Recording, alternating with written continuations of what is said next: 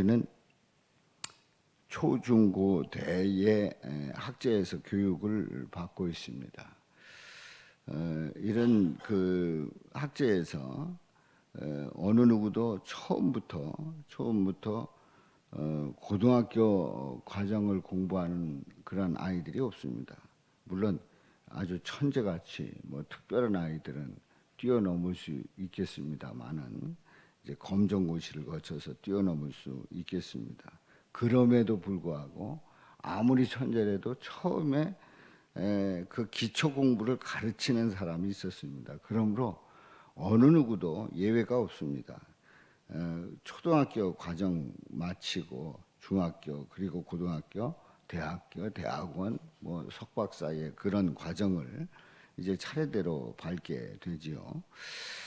그러니까 그때마다 선생님이 계십니다. 선생님이 계셔서 그 선생님의 지도를 받고 이제 그 성장하게 되지요. 그 선생님, 어떤 선생님을 만나느냐에 따라서 기초가 튼튼할 수도 있고 뭐 그렇지 않을 수도 있겠지요. 성경에도 초등교사가 있음을 말씀하고 있습니다.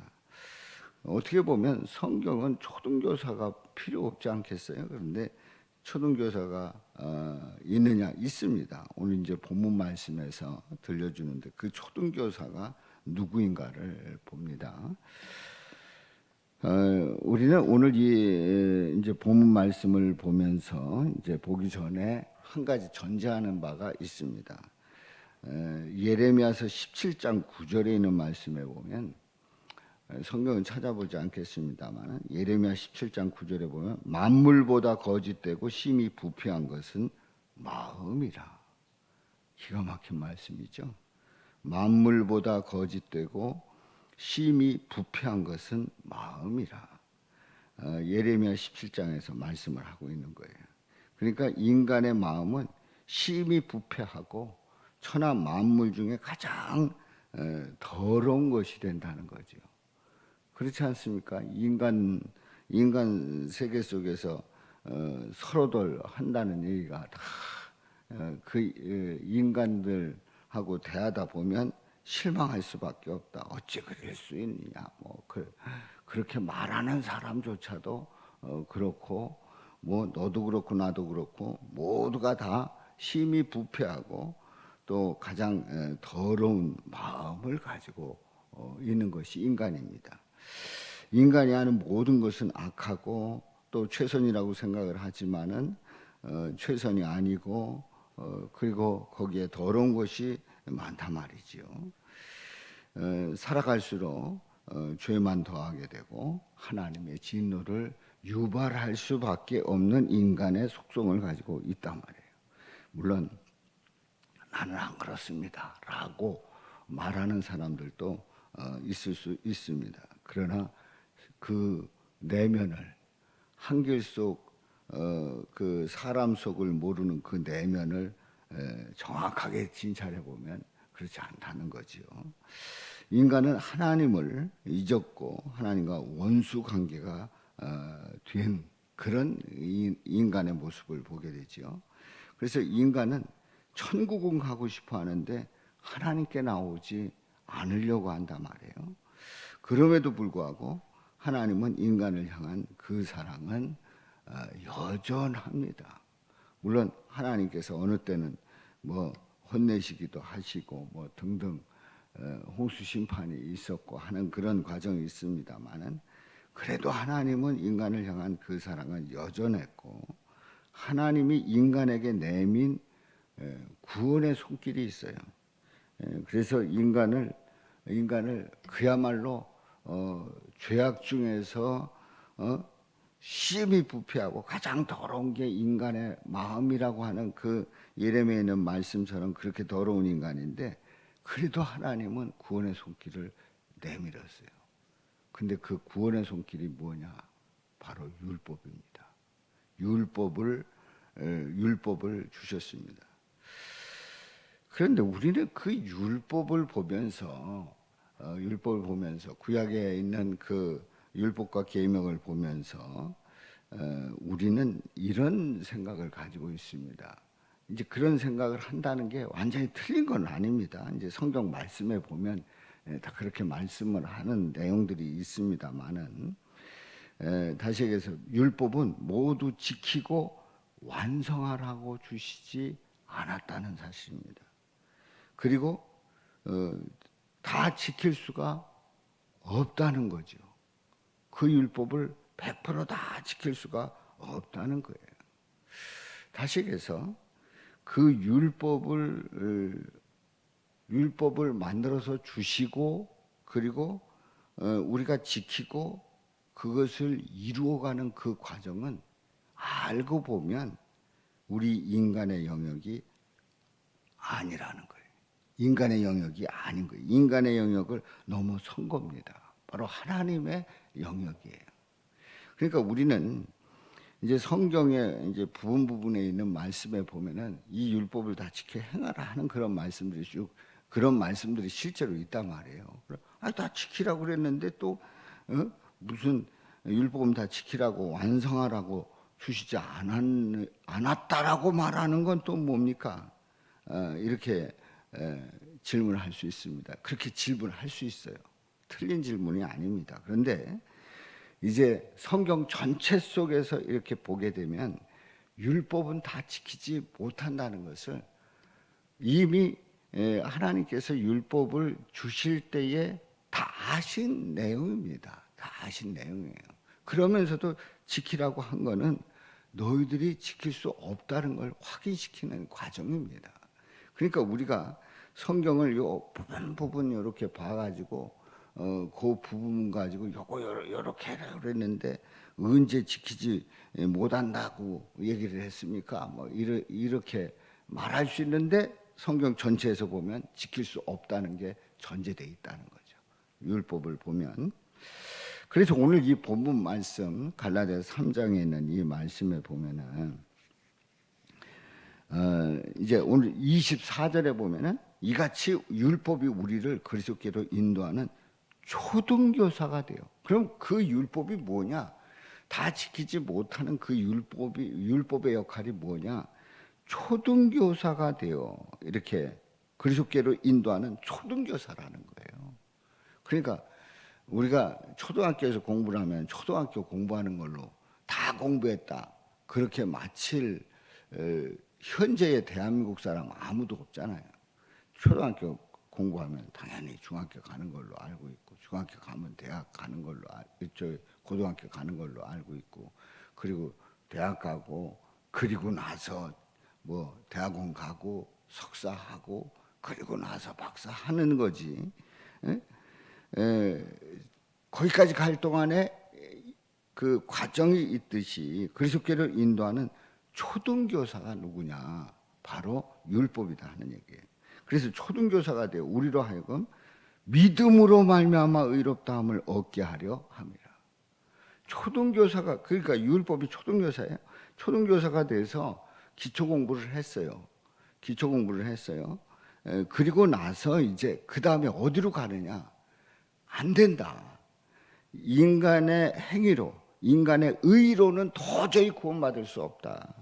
인간이 부패하고 천하 만물 중에 가장 더러운 인간이 그 율법을 하나님이 원하시는 대로 완벽하게 지킬 수 있냐? 지킬 수 없다. 그래서 어떻게 해야 되느냐? 우리로 하여금 믿음으로 말미암아 의롭다함을 얻게 하려 합니다. 그게 목표인 거예요.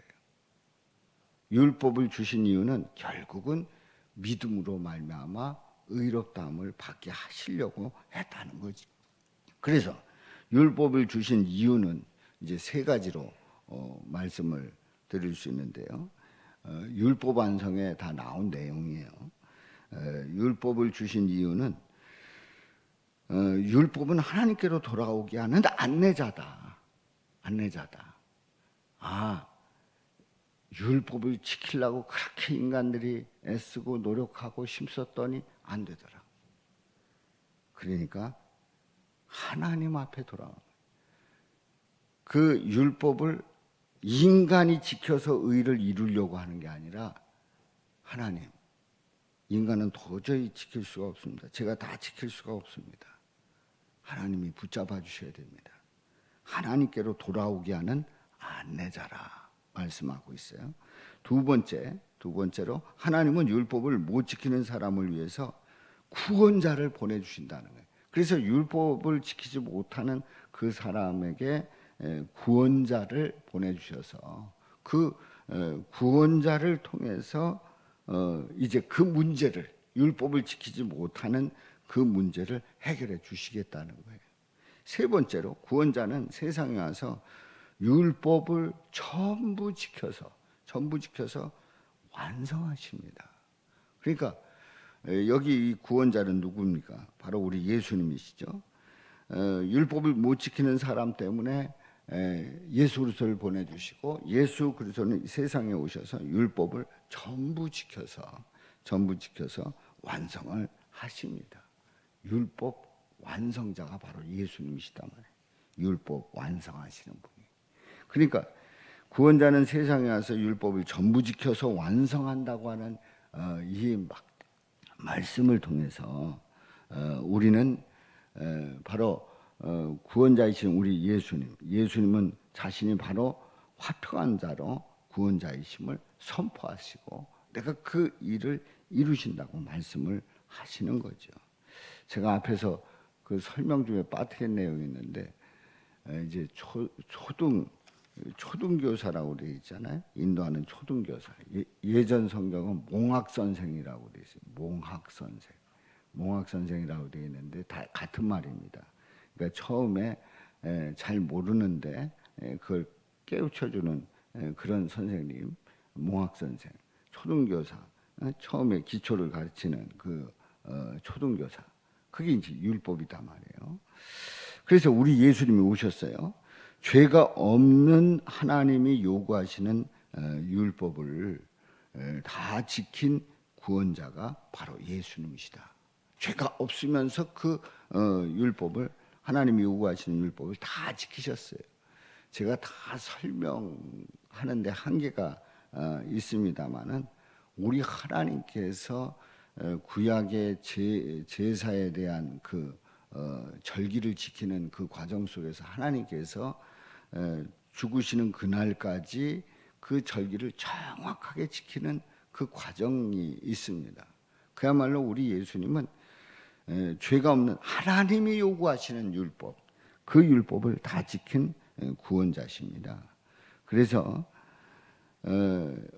세상을 몰랐을 때, 우리는 세상을 몰랐을 때 모든 일을 다 할 수 있다고 착각 속에 살아갑니다. 근데 세상을 알아가게 되면서 나의 힘으로 다 되는 게 아니구나 하는 걸 깨닫게 되잖아요.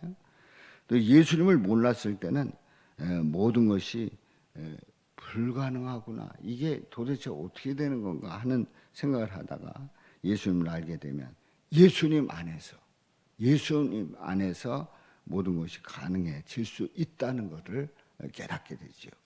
예수님을 몰랐을 때는 하나님과 원수 관계로 살아갑니다.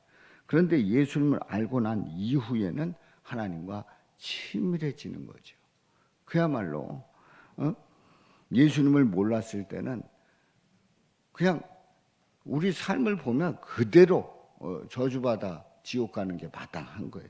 근데 예수님을 알고 난 다음에 그 예수님 때문에 하나님께 나아갈 수 있고 하나님의 은혜를 입을 수 있는 그 놀라운 그 사랑을 힘있게 되지요. 그렇습니다. 우리는 뭐 율법은 뭐 제가 그렇게 설교를 하다 보면은 혹시 구약 성경은 필요 없다는 건가? 뭐 율법과 계명은 필요 없다는 건가? 이런 내용으로 설교하는가? 이런 의문점을 가질 수도 있어요. 또 그런 질문을 하는 분들도 있습니다. 그럼 구약이 필요 없습니까? 아닙니다. 율법은 초등교사예요. 아주 주님 앞으로 초등교사다. 뭘 가르치려고 하느냐? 믿음으로 의롭게 되는 것을 가르쳐주는 아주 중요한 초등교사다. 빼놓을 수 없는 초등교사다. 근데 그 율법을 예수님이 완성해 주셨다는 거예요. 이게 얼마나 감사한 일입니까?